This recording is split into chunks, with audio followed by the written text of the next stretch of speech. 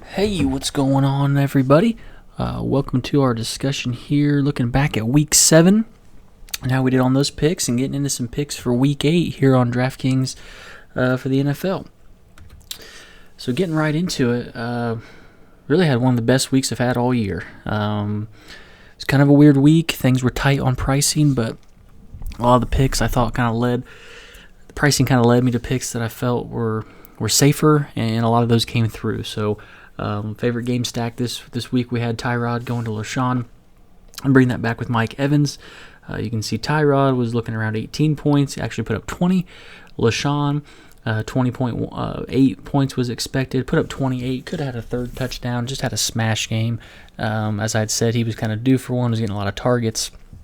And in this game, I got 2 rushing touchdowns. And like I said, almost caught a receiving touchdown. So was great, and Mike Evans brought it back. Was supposed to have 15.4, ends up putting up 21.8.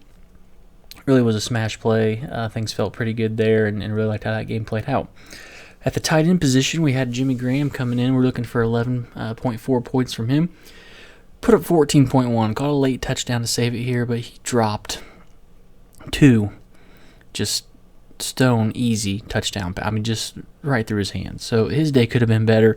Was happy to get the 14 out of him, especially from any tight end this week, but was pretty happy with that play. Julius Thomas, kind of a bust here, was looking at 6.8, got his 8.8, so technically he exceeded that, but wasn't quite what we were looking for there. He was a cheap guy. We're trying to save some salary. As I said, pricing was so tight last week, just looking for that value to do some other things that we wanted. Felt like Julius Thomas was a good option to kind of have a bigger game. Just didn't happen. Now, Robert Woods was one of my favorite cheap receivers, and he kind of busted a little bit, didn't catch a touchdown, only had 11.3 points. It was a little bit more than the 10 that we expected. Didn't kill you.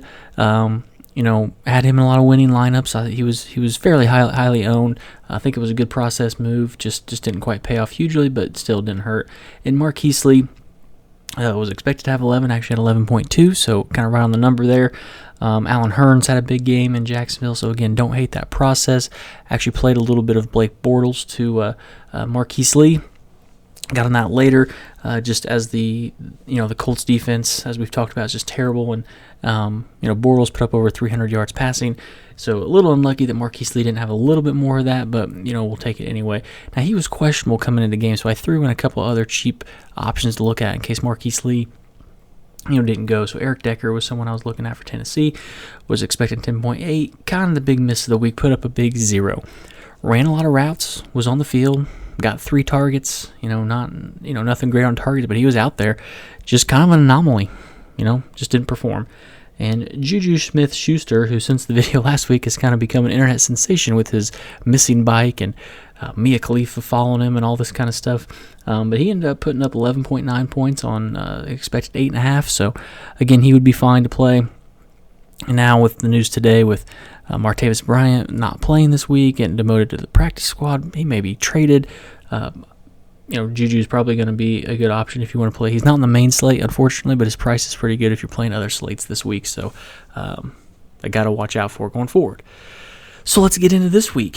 What are we looking at for this week here on DraftKings? Well, my favorite game stack is going a little more expensive. Again, more for GPPs and my cash games. I'm probably going to try to pay down for an Andy Dalton or something like that.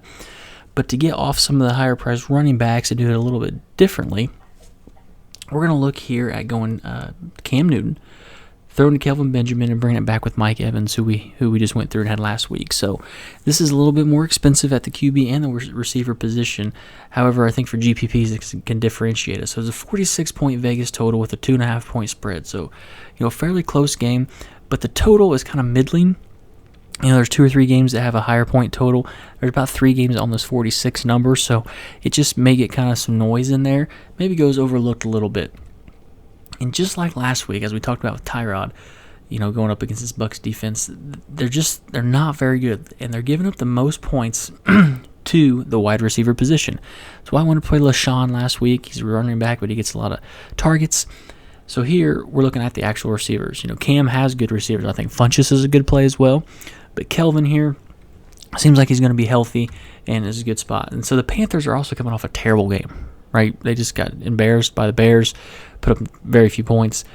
that can lead to low ownership, right? We got to put some of that in the past. We know this offense can get going if Kelvin Benjamin's a little more healthy and people are scared to play him and they end up going against this great matchup against Tampa Bay. That's when we want to be on them, if we can get lower ownership with some bigger name guys.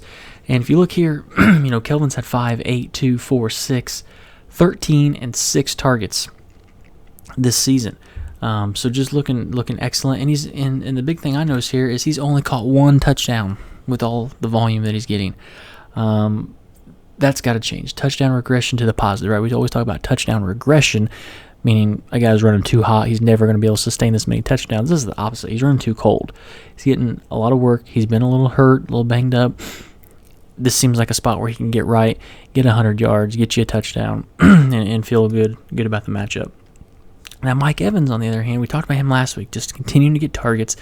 Jameis, that whole Tampa Bay offense is looking good. Jameis played this week, had some concern there with his shoulder, and looked good. Mike Evans had another 10 targets last week, plus a touchdown to go with his already stellar work he's gotten all year. I don't see any reason to go away from him other than he's kind of expensive, and it gets us off some good running back plays. But in GPPs, we're looking to pivot a little different here. So again, if Winston keeps looking his way, that gives him a high floor, and we can kind of keep rolling with him. So let's talk about some tight ends we can consider. First up on the board is Tyler Kroft. Now, this game here with the Colts has a 40.5 point Vegas total and a 10.5 point spread. So looking like another blowout. Colts probably going to lose again, my Colts. But since Eifert has been out, what's Tyler Kroft done? Well, he's had 4, 7, 5, and 4 targets, minimum of 3 catches, and he's caught 3 touchdowns. So we don't expect the touchdowns all the time, but here we go, coming up against the Colts. And one thing to remember here against the Colts is, let me stop. You can stop me, if you've heard this before, but their defense is atrocious. It's woeful. It's inept. It's awful. Just want to keep attacking them. My game stack, I've got Kelvin and we've got Mike Evans. But, if you want to go away from that, A.J. Green, again, another good play. Tyler Kroft here, he's really cheap. He's like $3,000. DraftKings, again, we could save some money. He's getting usage already. And now he gets the Colts. Remember George Kittle's best game this year? That was against the Colts. Caught that touchdown. Had like 24 DraftKings points. The Colts just continue to give up points. They bleed points to opposing offenses. Again, Deshaun Kaiser had his best game of the year against the Colts. Blake Bortles threw for over 300 yards against the Colts. Andy Dalton could tear up this Colts defense, and I think Kroft could be a big part of that. Now, another person to take a look at here is Hunter Henry. His game, he's in a 48.5 point Vegas total with an 8.5 point spread going up against the Patriots. And this feels like a game that could really shoot out, right? I mean, the Patriots have been in some high volume games all year. I don't see any reason why that would change. In the last few games, they've really gone Hunter, over Antonio Gates. You can see here, last 4 games, he's got 3, 8, 7, 5 targets. He caught 2 touchdowns early on there, and they are looking his way in the red zone. So I just feel like this is a good spot to get him in there. There's going to be a lot of yards in this game. It's kind of a good game to stack up just in general as a way to get some leverage here. So, the Pats defense have given up 300-plus passing yards in every game this year, except for last week against Matt Ryan. Matt Ryan still had like his second best week all year in terms of fantasy production. He just didn't go over 300 yards. I feel, Phillip Rivers, this offense, I think they can get up and get going. And I think Hunter Henry is going to be a big part of that. So a good spot to look. A little more expensive, so you got a couple good options here at tight end to consider. But I think on the week we've got some good options there. So let's look at some more cheap wide receivers again in another week that's tight. So tight, in terms of the pricing, it's hard to find good plays and get the guys in there you want. So we got to find some value. So right off the top is going to be Josh Doxson. Now, this is a game that has a 15.5 point Vegas point total, which is a 3-point spread. So a good total, close game. Hopefully it can kind of shoot out. And there's some coach speak going on here. Now, Gruden has said they want to get Doxson more involved over Terrell Pryor. Terrell Pryor was their big offseason acquisition, but he said, Josh was a first-round pick. He was supposed to be the guy. We want to get back to that. So Dallas, who they're going up against, has given up 35 or more points 3 times this year. So I know they just came off a drubbing that they delivered last week, but let's not forget when they go up against talented offenses, they're capable of giving up a lot of points and having a shootout.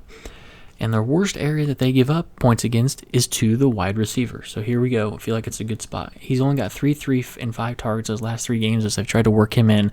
So still, we've got some risk here, but there is some high reward. His floor is probably pretty low, but his ceiling is pretty high. Not ideal for cash games.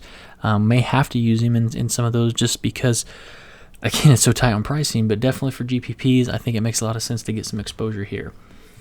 Another guy I'm looking at back from, I believe it was week 1, I looked at this guy, was Paul Richardson, who's had a kind of an up and down year, but in an interesting spot here. His game's a 46-point Vegas total with a 5.5 point spread, and I think there's sneaky shootout potential here going up against Houston at home.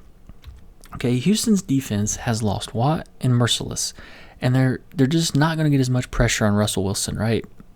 The only game we've seen them in, they came off a bye. They didn't play a very good team. I think the Houston defense is living, off their name. They've lost a lot of starters, either to retirement or just free agency, now injury, and they haven't had enough time to gel. Meanwhile, the Seattle offense is kind of on the rise, right? They're playing better, putting up more points. They're looking good. And I think this is a guy we can target here. And Richardson has had 7, 5, 7, 3, 5, and 2 targets this season. So again, 2 targets was 3. That's a little risky. There's some risk. However, again, I think we can kind of get a little back and forth. It's not like Houston's offense hasn't been great this year. I know this is at Seattle, and Seattle's got a really good defense, but I'm not so sure that Deshaun Watson and his team won't put up some points and have to go back and forth here a little bit. And Richardson's the kind of guy that can get open, get him downfield. If Russell Wilson has time because he's not as much pressure, I think he can hit him on some big plays and get us a touchdown here.